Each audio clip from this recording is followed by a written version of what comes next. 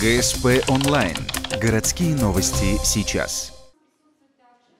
В школе номер 18 прошло собрание для родителей выпускников, планирующих поступать в медицинские вузы. При анкетировании школьников выяснилось, что таких в этом году порядка 50 человек. Ребята могут поступить как на общих основаниях, так и при помощи целевого договора, заключенного с определенной медорганизацией. Как известно, в нашем городе острая нехватка медицинских кадров. Поэтому 11-классникам предлагают льготные условия поступления, чтобы после учебы они вернулись на работу в Ухту.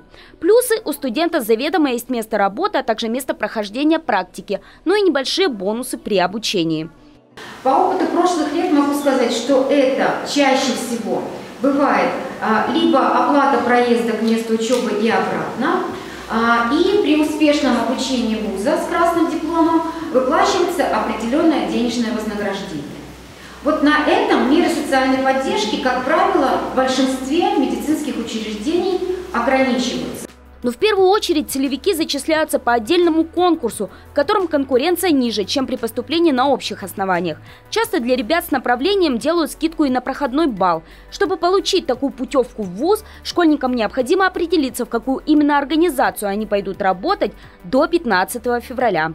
28 января для ребят проведут экскурсию в детской больнице в 15:00. 29 января их ждут в городской поликлинике в это же время. Также день открытых дверей пройдет 30 января в 3 часа дня в стоматологической поликлинике и 9 февраля в 11:00 в городской больнице.